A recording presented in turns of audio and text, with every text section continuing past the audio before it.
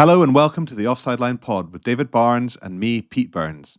If you enjoy what we do, please subscribe so that you never miss an episode and tell your friends, family, teammates, clubmates and the people you sit next to in the stand all about us. And if you'd like to leave a positive review, it would really help us with the old algorithm as it helps other people find us. Thanks for listening, and here's today's show. It's the offside line. This is not soccer. Is that clear? On goal, Stainton could be there. Fuck, it's a try. A magnificent try for the 21-year-old. Brilliant. Oh, that's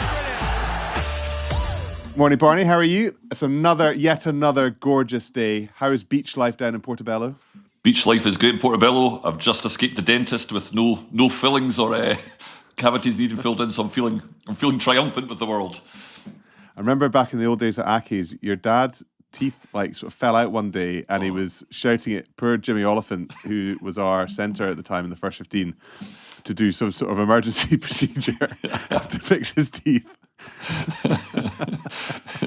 Well, how are his teeth these days? As well, I think they're as bad as they've ever been. But they did come up. I was at my mum's 75th birthday party over the weekend, and it came up with my sister, who's quite a bit younger than me. And my dad used to take a kind of bridge. Is that what you call it? There's like 3 teeth on a bit of a plate. Uh-huh.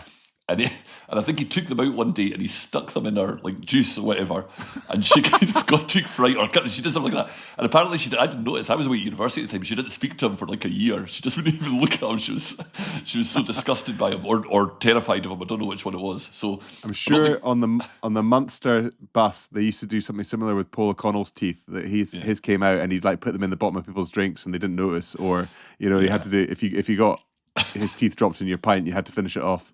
Yeah, so Barney and Paul O'Connell. yeah. Well, very similar beasts, to be honest. yeah, with 1 or 2 fairly significant differences. But anyway, he'd be delighted. He was also telling me he doesn't listen to the podcast, so he won't know I've ever said this. So perfect. I mean, that was right. I tell you what, my dad is incredibly supportive.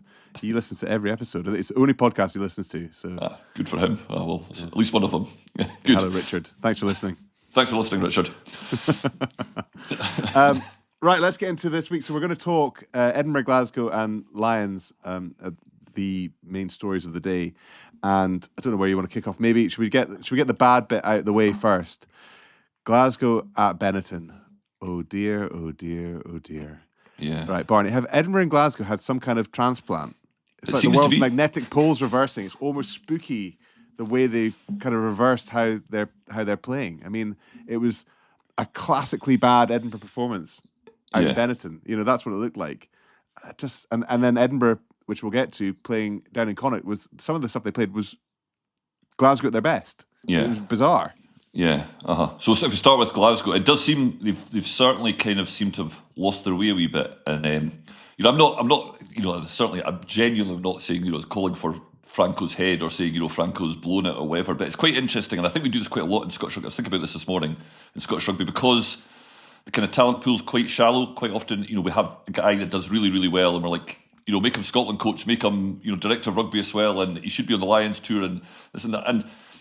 And Franco had a really good first year and a half, and he's achieved a lot of things. But this is now the real test of what he's like as a coach, isn't it? Because he came in for a team in a really low ebb, still quite a talented squad. He got them playing, he worked them really, really hard, and they all bought into it.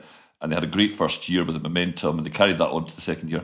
But now we're actually finding out, it's time for him to really prove his mettle as a coach, because they have lost their way. And I know there's a lot of injuries, but I mean that's rugby, and there was still a lot of internationals. It was a much stronger team out last week than has been in the last few weeks. Yeah, I remember back in the glory days not the glory days, but those like last season we went into Bath, and he was putting young guys in, and they were able to step up because they had that. We just had that vibe going, and they seem to have lost that. But it was, I didn't go back and check, but how many internationals were in that team against? Loads. I mean, they were, they've had tons and tons of injuries, but they are getting closer and closer to full strength. So the Ferguson brothers missing, Dempsey missing, but Darge and Tuipulotu, But I was going to go through the forwards to begin with, and so I lost my train of thought there. Yeah, so but then the rest of them, you're thinking apart from Tuipulotu missing, you've got Horn, Jordan, Hugh Jones, Cal Stain, they're all in there. Yeah. And Darge was almost single-handedly carrying the fight to Benetton. He was just relentless. He was brilliant. Who's that? Sorry, I think obviously Rory Darge. Oh, Rory Darge. Yeah. And I think obviously must have been pretty sore. I think in November and the start of the Six Nations, he was in most people's Lions tour squad, and by the end of it, he's been hardly mentioned in dispatches as someone who's been unlucky to miss out. Yeah, without actually really doing very much wrong, kind of. Unfortunately, no, for him. just kind of. I mean, he suffered the Matt Fagerson curse slightly in the Six Nations of just being a bit anonymous. Mm-hmm. Yeah. I think he was really good against Italy, but then he had a great start. He had a really good start in that first game, but Italy were pretty poor. They came in with a good side. You look at touching on this weekend, that Benetton performance is all the Italian internationals were playing brilliantly, whereas the Scotland internationals were, just pretty poor. Darge did a great, and Cummings was back in at 6, so a lot of the big injury guys are back. Max Williamson back in there. Yeah, Violano, who was a huge player for them last season, he's been back for a few weeks now. He was at number 8. I mean, you look at. I'm just looking at the Glasgow team here. It's an international backline, apart from Ben Afshar coming on for the last 15 minutes at scrum half. Then they've Pack, Batty, who's played for Scotland, Johnny Matthews, Hiddleston's a coming man, came on. I mean, in fairness, they went through 3 hookers. It seems, Finn Richardson is maybe not quite at that level. Murphy Walker's been injured for a lot. So they're probably a wee bit undercooked up front. But you actually look at that pack, because of so many normal starters in there, actually it's a great time to be blooding Finn Richardson and getting Murphy Walker back, because Xander, obviously he's out injured, but you can't just rely on Xander, and these are 2 young tight heads who can shift around the park, and they've got a lot of promise. So it's actually perfect to be bringing them in now with all that experience around them. What's unfortunate is that the guys around them since Leinster are not performing, and they've got to go to Leinster this weekend. Yeah, it does feel like that Leinster really kind of shot their nerves or shot their confidence, and because go back to, and you're kind of referring to it there. They used to be, Glasgow went through a period they're really, really good at bringing young guys in. When the young guys had, and sometimes it was their hands were forced with it, but these guys were coming in and stepping up and making a mark, and they just don't seem to have that kind of thing happening for them at the moment. Because, and I suppose it's that the more senior guys are not able to carry it through. They're not getting the support. I don't know, but they certainly seem to have just lost their mojo, which is worrying. Franco, I've not spoken to Franco yet this week, but Franco talked about how they had to do the playoffs the hard way last time. I think that it's similar. They had a home quarter, didn't they, and then 2 tough away. So you're very likely to end up exactly the same thing. They'll get a home quarter, and if they get through to the semi-final, they will be away. They are almost guaranteed at this rate to drop out of the top 4. Yeah, having been second pretty much all season. Yeah. They drop 2-4th. They'd end up 4th. They drop out the top 2. They'll drop out the top 2, so they won't then get the home semi-final. Yeah, sorry. Yeah, I was having been second all year. Yeah, because you don't expect them to beat Leinster over there. No. Apologies if you can hear my dog in the background. It's I don't know what it's doing, but I took a bit of time trying to work this out on Sunday. But because at the moment Glasgow are 3rd, and is it the Sharks are 4th? 4th, and they're within a point, aren't they? Yeah, and they're playing the Scarlets. Yeah. At home, so you kind of. So Edinburgh need the Sharks to win, and Glasgow need Scarlets to win. Yeah. Yeah.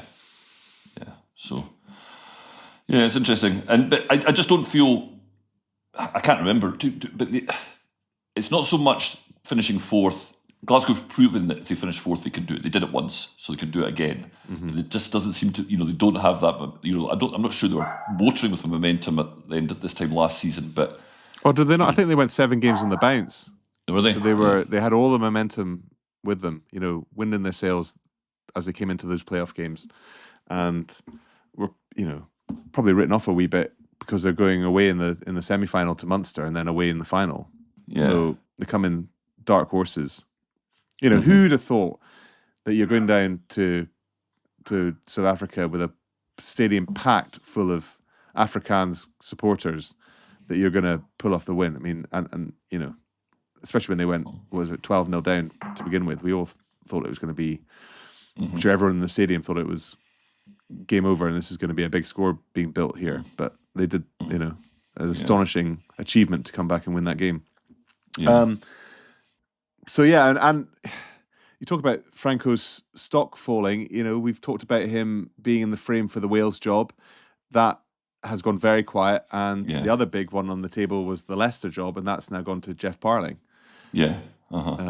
So he held all the cards midway through the Six Nations, and now he's got a busted flush. Well, not really. That's unfair, but he doesn't have all those options on the table when it comes to the contract negotiations with the SRU next year, which is good for Scotland because, as we talked before, ideally we'd like him to do another round of a contract with Glasgow and then maybe look to go upstairs.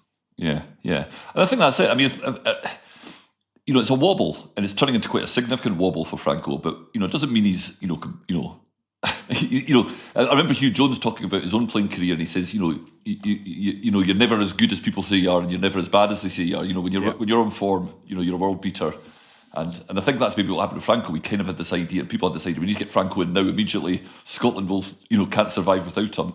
And it's actually maybe being a good thing. Let's see how he handles this tough time. I mean, I just wonder whether it's like the second season thing. He's an intense guy. It's a bit like Cockrell had a big impact at Edinburgh, but couldn't sustain it. And is it kind of similar? Making an impact's one thing. Being able to sustain that over a long period of time, like your Alex Ferguson's did in football, that's when you find out. Well, it's kind of similar to the Jurgen Klopp approach to Liverpool. Like because Glasgow don't have the big monsters to play a hugely structured power game because they have to play high energy, high tempo rugby.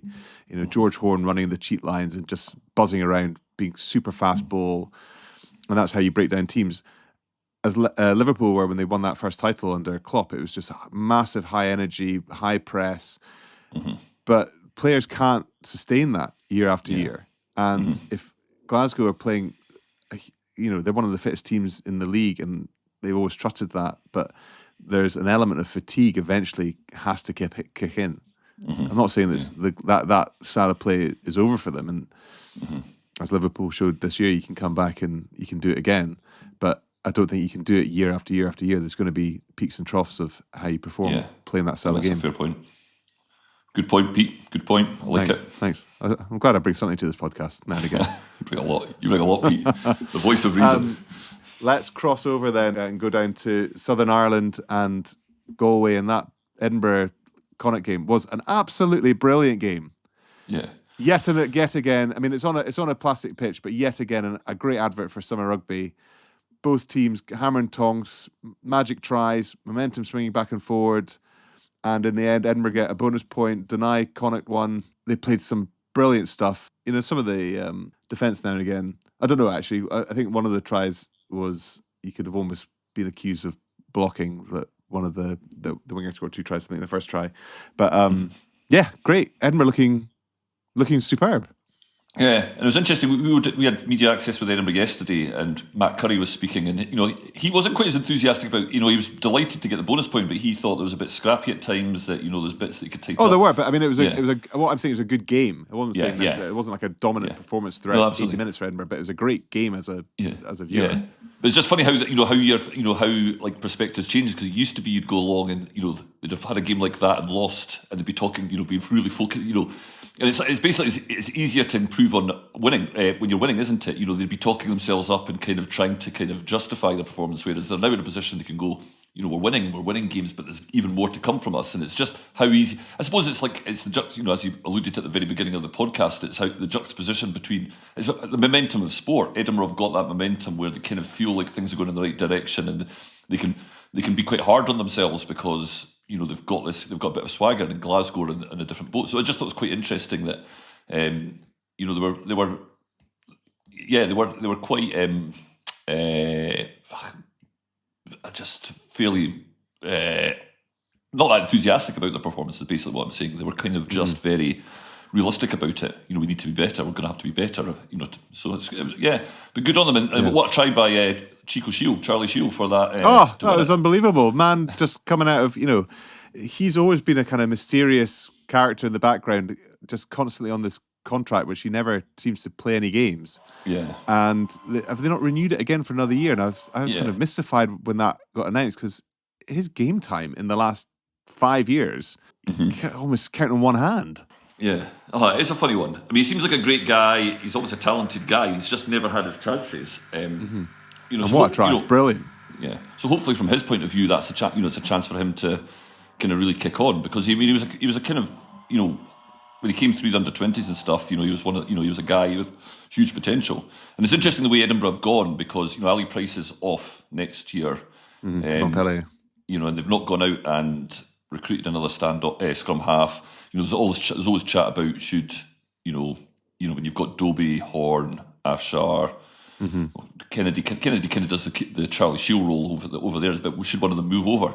But they've renewed Charlie Shield, and they've got two young guys, Hector Patterson and Connor McAlpine, who in the academy, who they clearly quite rate. So they're kind of developing from within, or giving a Scottish guy that's been around and kind of had to serve a very long apprenticeship another chance. And then Ben Vellicott's still there as well, of course. And I also saw that there's a Reds scrum half has just been named in the Scotland under-20 squad. Was that this morning, or was that yesterday? He's come from North's rugby club, and it's just been selected for. He's been playing Colts rugby, so that's the under-19 team in Australia, and that he's been playing 3 seasons for them, and it's just called up to the Scotland under-20s, and he's in the Reds academy. Oh, Burnsy, this is terrible news for me. I completely missed that altogether. That should be on the offside line. It's not. Don't tell anybody. Oh, I'll have it up by the time. I'll have that up Don't by worry, the time you finish editing. I'll take 5 days to edit this pod, so it'll be fine. God, I completely missed that. Yeah. Oh well. Thanks for keeping me updated, Burnsy. Yeah, sorry, I should have actually, whenever I see these things, I just presume you know this stuff already, Barney. Yeah, well, it's unusual to miss it, but hey-ho, right. And, you never know, your man, Finlay Christie at the Blues, he's not played since the 23 World Cup, so you never know if he might be looking for a wee return home. Yeah, I'm sure one of the pro teams would love to snap him up. Yeah, well, let's see. Return home. I mean, he's been. When did he leave? When did he leave Scotland? He was like 6, but he was still born here and lived. Yeah. I mean, he is a bona fide Scotsman coming over from New Zealand. Yeah, a return home. I just like the return home. I'm sure. Yeah, I mean, he is the most Scottish-looking All Black of all time. Yeah. There is that. Yeah, I mean, Edinburgh. That was a great result, and it may not be enough for them with the way other results have gone. And I suppose I think if they beat Ulster with a bonus point, are they guaranteed top 8? I mean, I don't think they are. I don't think you could even. It's so close in the table. There's no guarantees. Yeah. So I spent ages on Sunday afternoon trying to work it out. So basically, their win ensures they're within striking distance of the top 8 finish they need in order to qualify for the end of season playoffs in the EPCR Champions Cup. But Munster's 38-20 win over Ulster on Friday night, Benetton's Demolition Warriors on Saturday, and Scarlet's win, which is a bit of a killer over Lions away, means that the destiny. Yeah, because no one saw that will come out. I think. Yeah. So Edinburgh must now win their final match at home against Ulster next Friday night, ideally with a bonus point, and then hope that either Cardiff lose at Stormers on Friday night or Scarlets lose at Sharks without a bonus point on Saturday night. So I think one of those, they just need one of those 2 results to come in. Okay, but they've got to win, and ideally with a bonus point. I mean. Yeah, so they need. Yeah, it's so hard to tell with Ulster. I mean, they can sometimes pull a result out the hat, but on the whole, they've been pretty poor this season. No, I would hope. Yeah, I mean, I would hope Edinburgh could be able to. Yeah, I think it's going to be a packed Hive Stadium again. Yeah, momentum is with them, and even if, God forbid they don't do it and make the playoffs, but you just really feel that they are on an upward trajectory now. And if they can keep the way they're playing in place and the momentum, the next season looks exciting for them. And I suppose suddenly Sean Everett looks like his job is safe after, ever since he arrived in the job, people have been pretty much holding the death knell over him the entire time. Yeah, exactly. So it's interesting. It's like the Franco Smith thing in reverse, isn't it? Yeah, it is. Suddenly he's the man to. Yeah. So, but I mean, if they don't make it, it isn't great, really. That's 2 years in the trot. So they have to make it. But, they want to play Champions Cup rugby next year. They just need to be. They needed to be in the top 8 conversation. They need to be playing quarterfinals. Yeah, absolutely. And at this rate, you never know where they'll end up in the table in the end. But if they play Glasgow, as we said a few weeks ago, that's scary stuff for Glasgow Warriors supporters. Yeah. Yeah.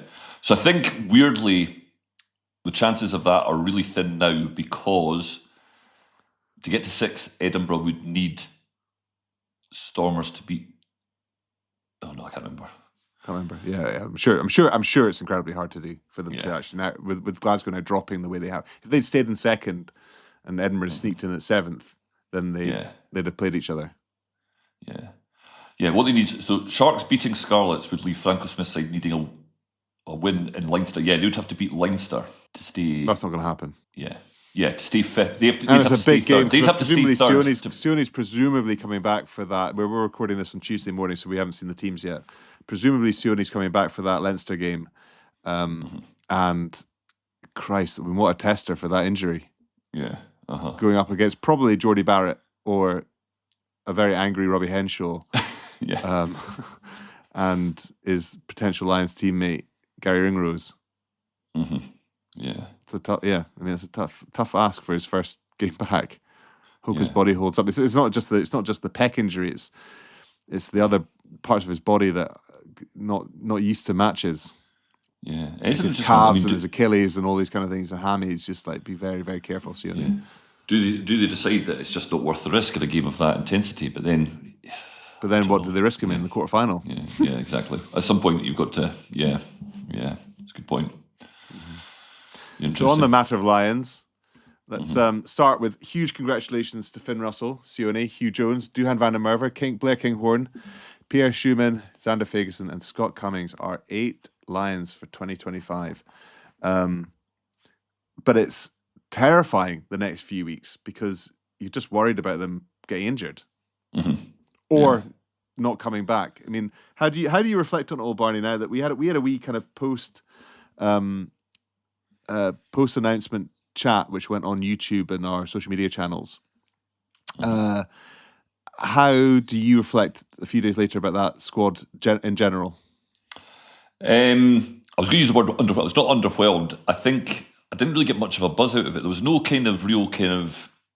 no Alfie Barbary picks. Yeah, there's no Alfie Barbary, but just really exciting picks that you think, maybe that's modern rugby. Maybe, we've got such wall-to-wall coverage of rugby. We know everybody. There's nobody, and it's. I suppose there's Henry Pollock. I mean, that's quite exciting. Although he played so well in that semi-final that it didn't really seem like much of a surprise in the end. But but with one cap to his name, he's got 20 minutes of Test rugby to his name. There's every reason for him not to be picked. Yeah, and I think from a Scottish Rory point of Darge view, must be. We're saying that, but Rory Darge must be watching that, going, for God's sake. Yeah, totally.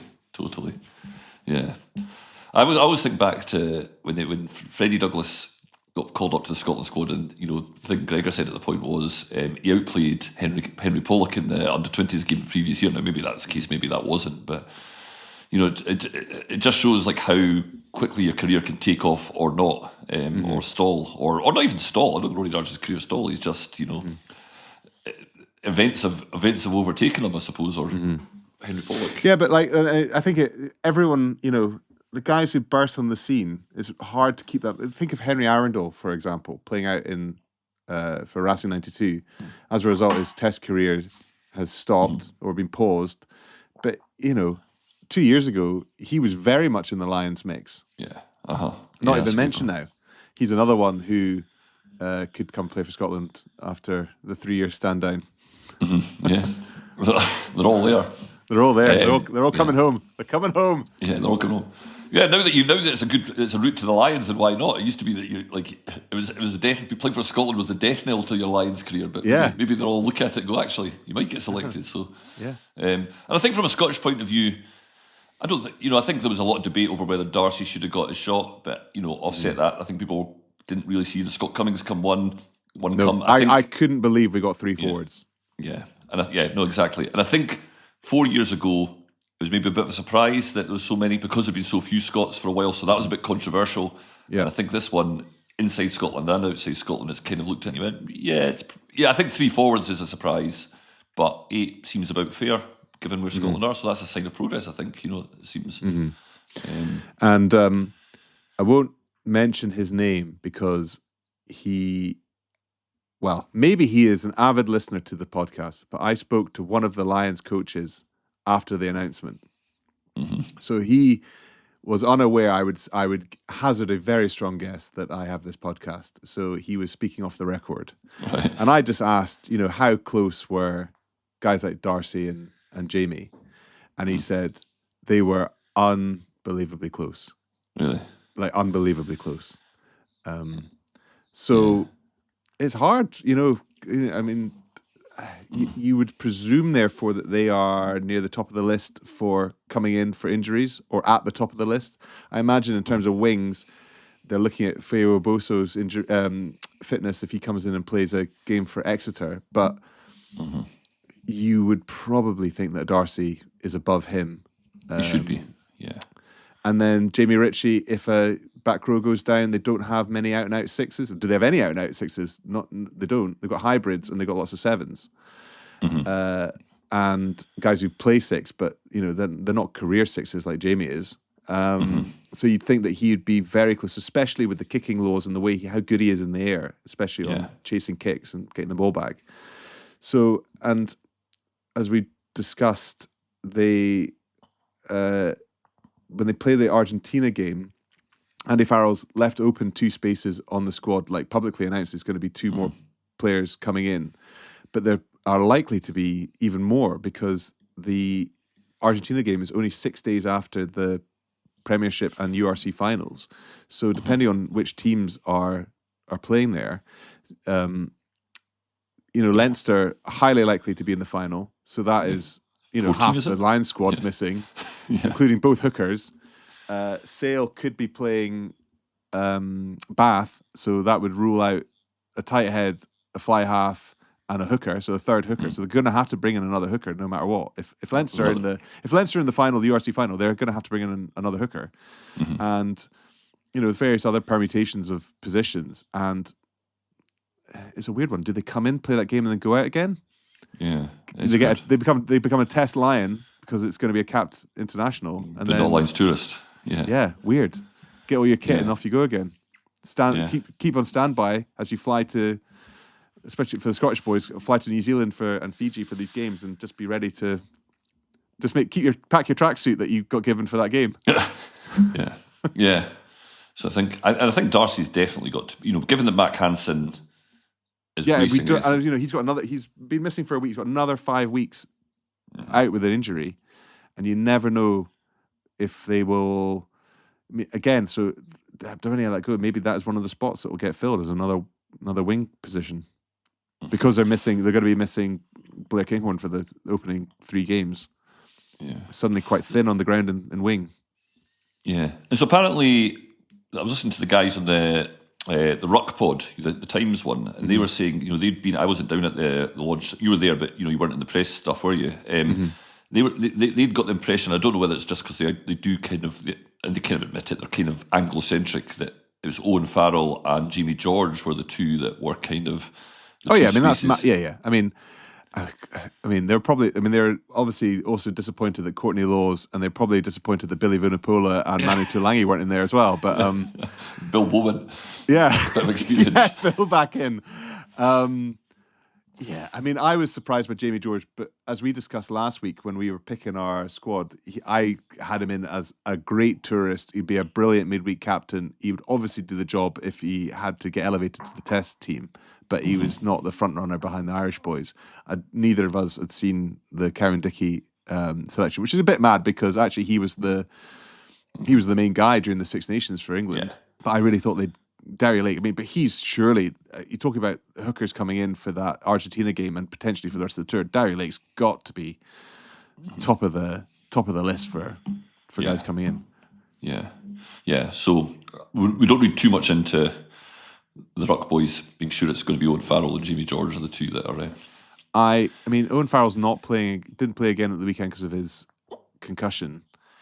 I just don't know how you could possibly bring in a guy who isn't playing Test rugby and is not tearing up the game like Henry Pollock is. If you're not playing Test rugby or a regular starter, how can you bring him in? No. And if you're wanting an old head standoff that, can, pull the strings, then that's George Ford. Of course it is. Still in the mix, still in the test mix, still playing very, very well. Like, he is completely contrast to Owen Farrell in of how his form is. And there's no way that Farrell, who came in and was he was not a test starter in 2021. Like, he was down the pecking order. How he thinks he'd be coming into that just. I mean, I don't know him. But how he could not come in with some kind of imposter syndrome that you're in there. Yeah. Fair enough. You've talked me out of it. Even though I did go for Owen Farrell when we were picking the squad originally. Oh, I mean, this is going to have egg on my... You're much cannier at these things than I am, Barney, but egg on my face is he gets pulled in for the Argentina game and is one of the 3 new players retained for the whole tour. And plays the whole 3 tests. And plays at 12 throughout the whole tests as Bundy and Sione watch on. Yeah. So how else did we do apart from? We did. I tell you what, we did. We were pretty accurate. So where we went wrong was we went for a slightly bigger squad. So we picked 4 hookers and 4 tight heads in the end. So we got the 3 loose. No, in fact, we didn't, because in the end I persuaded you to go for Nicky Smith rather than Pierre Schumann, and you were correct to go with your instinct on Pierre Schumann. So I doffed my hat once again to you. I didn't have the courage of my convictions, though. I let you talk me out of it. I bowed to your experience as a loosehead prop. Well, it was also, I thought, because if it was a 50-50 call, I thought they'd go with the Welsh to just give some more representation there. And as I think I did say at the time, I would love Pierre to go, but I think they'll go with Nicky Smith. But they went with Pierre Schumann. We picked Dan Sheehan and Ronan Kelleher. I thought they'd go for Jamie George and Derry Lake, but they went for Luke Cowan-Dickey. Tight head, Tadhg Furlong, Xander Ferguson, and Will Stewart, correct. Thought they'd also go for Finlay Bealham as a 4th tight head. And it's hard. It's going to be hard backing up those games. But, we think Bath and Leinster in the finals, highly likely, then they're going to need to bring in a tight head. Yeah. Especially if Xander's not played at all. Yeah, absolutely. Maybe bring in 2, to be honest with you. Yeah. Who the hell are they going to bring in? Who's available? Will Griff John? Yavin Sebastian. Yavin, he's good. Yeah, that's it. And then second row, Mario Toji captain, Joe McCarthy, Tadhg Byrne, Ollie Chesham. We had questions. We thought Ryan Baird might go, but Scott Cummings in. Absolutely brilliant. Yeah, absolutely. I didn't see that one coming. I think, I didn't see it coming because he'd missed the Six Nations, and I think his first game back was Leinster, which was not a game that anyone's going to be, just basically Glasgow's form since he's come back in. He's been part of a Glasgow team that struggles. So I'm surprised at that. But he's no doubt, if he played the Six Nations at the level that we know he's capable, I think we both would have definitely seen him as being in the conversation at that point. So good, before Six Nations, he was, I think he was right in the mix. So, and John Dale's obviously had enough influence in that room to be like, I think also, like, you look at there was a good article in the Times, I think it was, about the Opta stats, who your squad would be, and he was in there before loads of different performance indicators. So if they look at that stuff and his track record, he's in. From the back row, with Caelan Doris out, we knew at that stage, and I thought they'd go for someone like Faletau, because they haven't got any other out-and-out number 8s apart from Jack Conan. But they went for Ben Earl, who's one of our options. And interestingly, both on the 5 Live Nations pod and also the Times one. So Stephen Jones and then Gareth Rhys-Owen were saying that they think that Faletau is going to be like a test player. He's going to be coming in late. Doesn't need the 7 warm-up games. He'll just come in and he can do a job. And I don't see it personally, but no, I don't see that either. That he's going to be in. I think we've got there's a lot of guys in the press have this obsession with. This has gone on for years. Guys that have done it in the past. Rugby's a momentum game, and I think you have to go for the young guys whose careers are thrusting forward rather than the old guys who are holding on. It was like the Lions. I was in the Lions tour in 2005, and it was all these guys who'd won the World Cup. They were called Dad's Army when they won the World Cup in 2003. Yeah. The guy Hill, Paul Hill, what's his name? Paul Hill's Edinburgh. He was a brilliant player. What was his name? The back row, Hill. Richard Hill. Richard Hill. Sorry, I took blank there. But he got he was looking old and slow by then. He had like 2 knee reconstructions by that stage, and his knee went again in that tour, didn't it?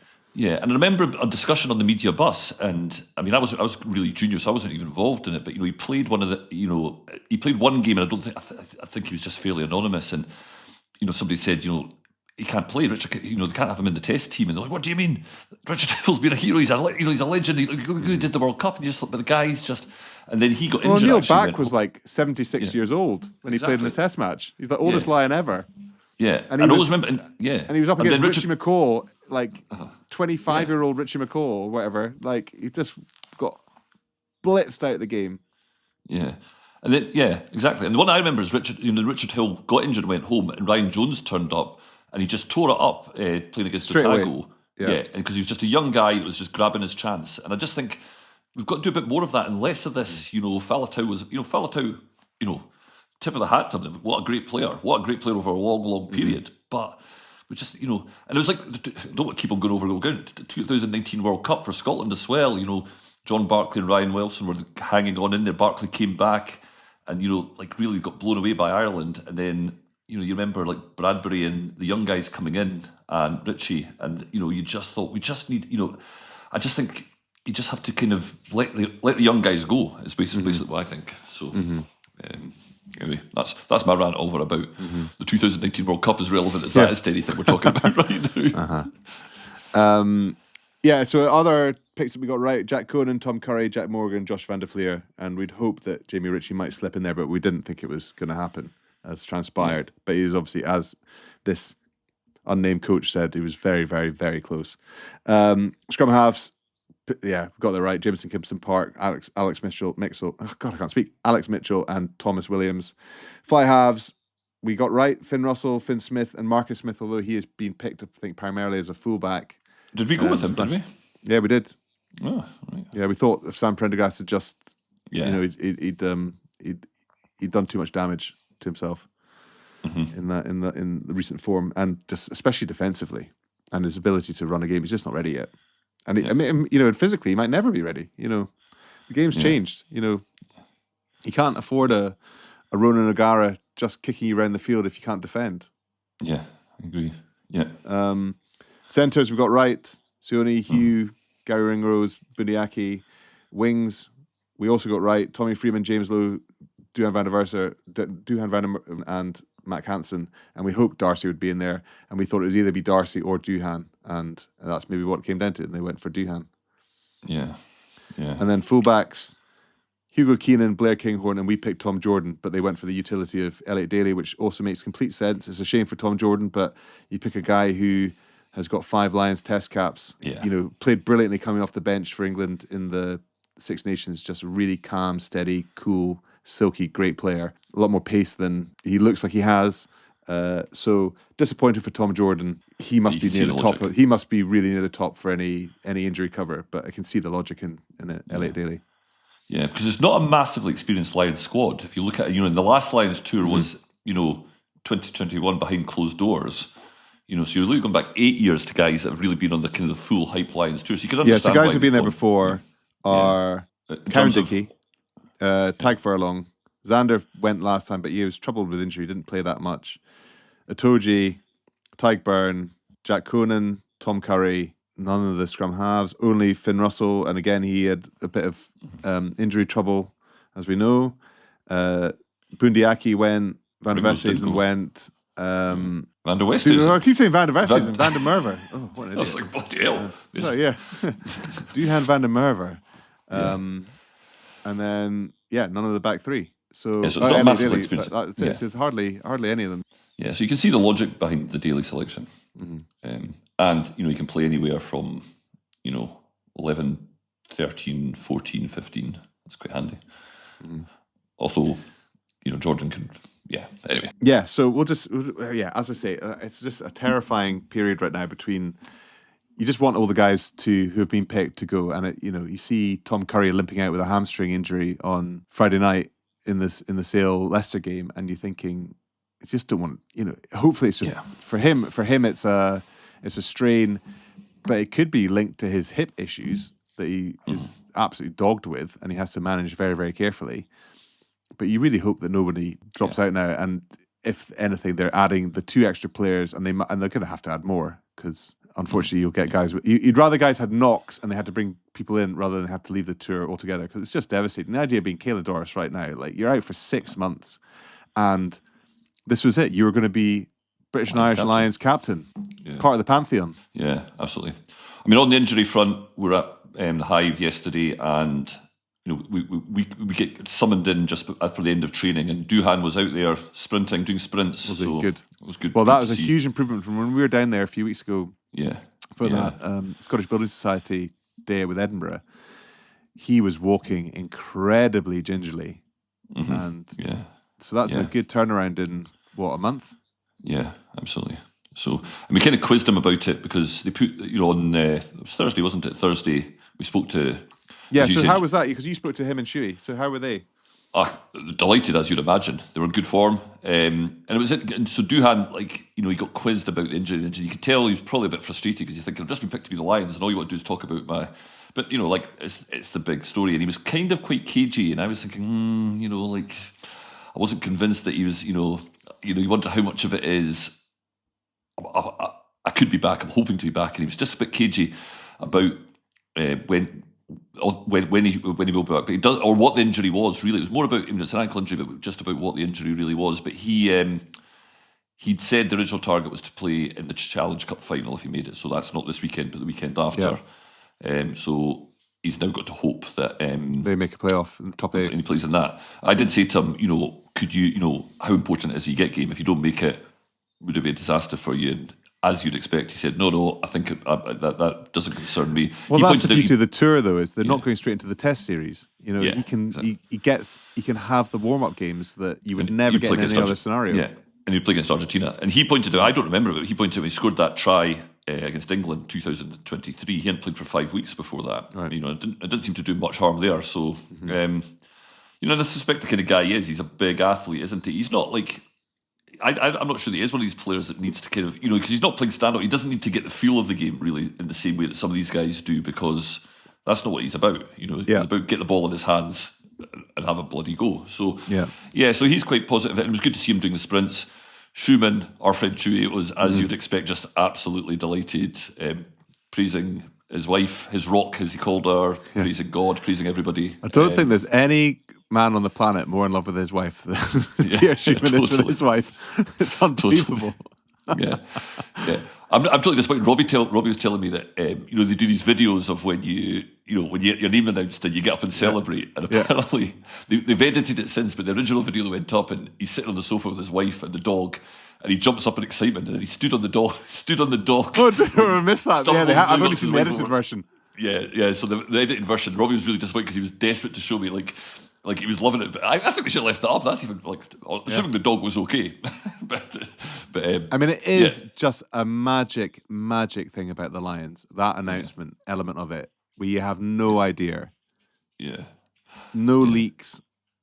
Just how did they manage to do that? How did they manage? There's all the rumours going around. I thought that my own Farrell call had come good when there was loads of chat that morning, but no, nothing. It was just somebody's throwing out. I think people were even throwing it. Yeah. Yeah, I love that about it. I mean, there's no other sport on the planet has a reveal like that for a squad being announced. I did on the intro on the Offside Line for the preview, Lions announcement, tomorrow type thing, and it's not the same thing, but you're talking about the NFL draft. It's huge, but it doesn't have the same build up or quite the same level of excitement. Commercially and culturally, it's probably it is bigger, worldwide.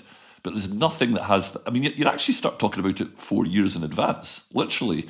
Oh yeah. I mean, I remember after the last South Africa. Did I say this on the Zoom on the pod last week? That the first question they asked Gatland after are you going to do it next year? So they start talking about it straight away. So the build up is huge. It's absolutely huge. I mean, presumably you're thinking that if if this tour goes well, Andy Farrell's locked in as head coach for at least the next 2 tours. Do you think? Yeah, I think so. I think if he seems to get it, and the old school nature of it, which he loves, and he's a young guy still, so he's going to have lots of energy still. So if this goes well, and Ireland, keep themselves in the top 4 in the world, there's no reason for him, for them to look elsewhere. I would say. Yeah. Well, I'd hope that they do, and then even like the pick Farrell, like they won't be offering him a 8-year contract, will they? But yeah, no. But I think he does a good job, and he's they obviously don't offer it to him until about 2 years out. But McGeechan did so many, and that was good because he just got it, and then Gatlin did 3 tours and 1 as an assistant. So, I mean, it is. I mean, there's pros and cons because there's always going to be bias towards your own players. Mac Hansen being a classic example of if it's a 50-50, who do you go with? You go with the guy that Andy Farrell knows, and he knows he's a great tourist, and he brings other things because he has that understanding with that individual. Yeah, and just in terms of Farrell's locked in, I think it's just I like the idea that it's a blank canvas at the start of every cycle, and the chances are the head coach of Ireland is going to be in the mix, and especially if he's been successful. Yeah. But it's just because it's such a hard thing to do. It's like the odds against the Lions winning a Test series is so difficult, so stacked against them because of the preparation time, trying to gel combinations that have never played together, which are normally going hammer and tongs against each other. So just learning through tour after tour about actually how to do it is the way forward. You're much more of a Lions romantic than me, Burnsy. I am. Yeah. I bloody love it. Absolutely love it. Have you broken it to Julie that you're thinking of a weekend trip to the Lions? We have to cut that bit out. But if anyone listening suddenly finds that they have got a spare ticket to any of the tests, ideally the second test, I'd like to do that one. But any of the tests, let me know because I might just come out for the weekend. No sleep, no hotel room. Friday to Monday, don't need to sleep. You be like the Alan Dell of this test. If it flowed out, don't really know why you're there. But yeah, geography P. That'll be it. Yeah. Right. So before we get on to this weekend's fixtures, it's a sad one. Just the news that came out this week about Graham Dahl. I didn't know him or ever have any involvement with him, but you did, Barney. So just tell us a wee bit about him. Yeah, I mean, I didn't know Graham that well. I know Andrew and Alistair as 2 younger brothers better, but Graham was a kind of superstar guy coming through when he was a flanker out of Heriot School. And the first kind of time I was really aware of him was they used to have this rugby camp called Struan, and it was kind of SRU ran it with this SSC, and you kind of got invited up. Sometimes your club sent you, or sometimes development officers picked guys. And anyway, you went up, and it was in a field in Perthshire. It still goes now. It's not a rugby camp. It still goes. SSC still run it, and you got great rugby coaching, but it was kind of mixed in with lots of good old fashioned camping stuff. And this guy's, a guy called Andy McCaskey actually messaged me about it. He'd been one of the kind of leaders there, known Graham, and he messaged saying, horrible story. So the first time I went there was 1993, and I was a bit younger than Graham, and he wasn't there. He'd been a kind of stalwart of it, because you go all the way through your secondary school years, and he'd been a kind of stalwart of it, but he wasn't there because he was captaining in this Australia schools, Scottish schools, over on tour in Australia, which I don't think's happened since then. And I remember the day they beat Australia schools, and it was huge in the camp. Like, people were like totally punching the air, celebrating, because it was a lot of Scottish rugby people. It was all Scottish rugby people, but one of their own, Graham Dahl, had kind of led them there. And he was just a kind of, at that stage, he was like a superstar guy coming through, but obviously a talented guy. He was, he left school and was training to be a doctor about the time, doing his medicine about the time that the game went pro. So he stuck in and did his medical degree, and then went pro after that, when he was about 23, I think. So, I mean, I think everybody expected him to play for Scotland, and it just didn't quite happen. He played for Edinburgh, played for Edinburgh Scotland Day. Weirdly, I bumped into Andrew Dahl's little brother down at Gala watching a kids' game just 2 weeks ago, and we were talking about, Duncan Hodge was there, funnily enough, and we were talking about that Bath Edinburgh game, and Andrew got mixed up. There was another Bath Edinburgh game that Graham had been man of the match, and Andrew just mentioned it. So, yeah, he didn't quite, he's probably one of these guys, one of the greatest players never to get capped by Scotland. I think a lot of people would agree with that.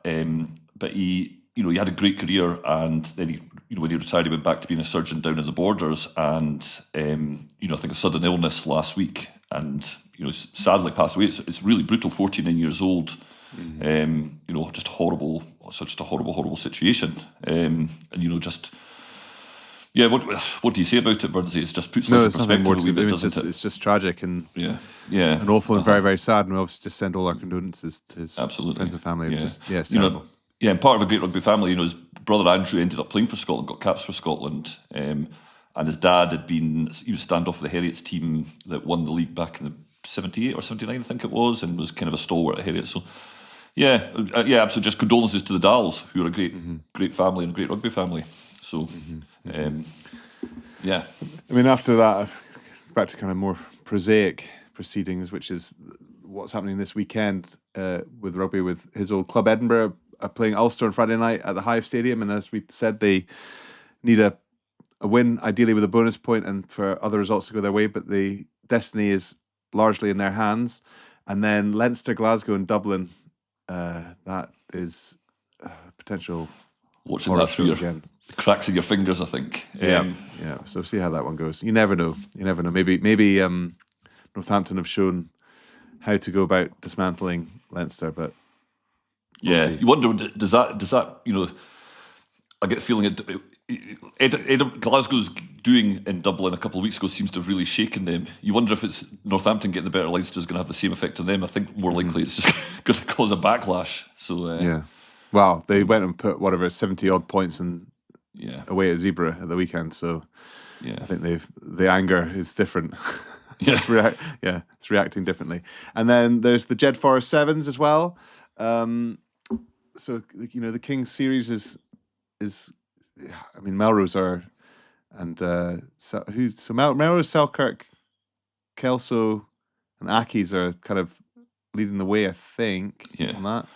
I think Melrose got lost in the final at Selkirk to Selkirk at the weekend, and I think they would have, if they'd won that, they'd have won the series. So it's a wee bit matter of time, I think their coach said, barring any absolute disasters, we should do it at Jed. So they've had really good sevens.